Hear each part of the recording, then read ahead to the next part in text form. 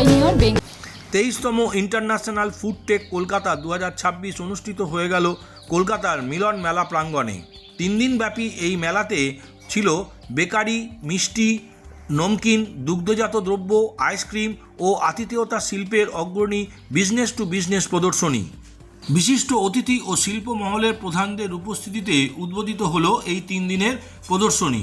এই বিশাল প্রদর্শনীতে দেশজুড়ে প্রায় 175টি স্বনামধন্য সংস্থার পাশাপাশি চ্যানেল পার্টনারদের মাধ্যমে অংশগ্রহণকারী শীর্ষস্থানীয় আন্তর্জাতিক ব্র্যান্ডগুলি তাদের পণ্য, প্রযুক্তি ও পরিষেবা তুলে ধরেছিল। 3 দিনের পূর্ব ভারত ও প্রতিবেশী দেশগুলো থেকে প্রায় 30,000 ব্যবসায়িক দর্শনার্থীর সমাগম এখানে ঘটেছিল। ইন্টারন্যাশনাল ফুড টেক কলকাতা 2026-এর আয়োজক NK Kapoor and company private limited. প্রদর্শনীটি সহযোগিতা পেয়েছে হোটেল, রেস্টুরেন্ট এছাড়াও বিভিন্ন সংস্থার।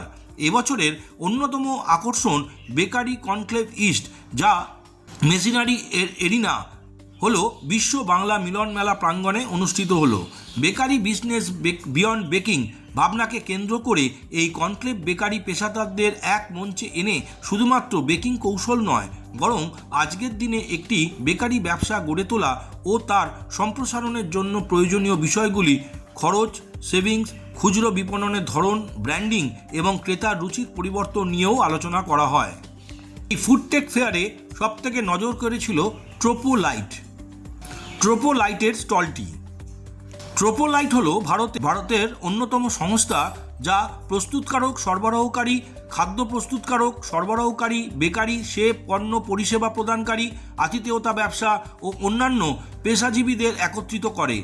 ট্রোপোলাইটের জন্য এটি পণ্য উন্নয়ন, ধারাবাহিকতা এবং বাণিজ্যিক ও উৎপাদনের অন্য সম্প্রসারণের ক্ষেত্রে এই অঞ্চলের খাদ্য ব্যবসাগুলো কিভাবে বিকশিত হচ্ছে তা প্রসারিত দেখার একটি সুযোগ করে দিয়েছিল।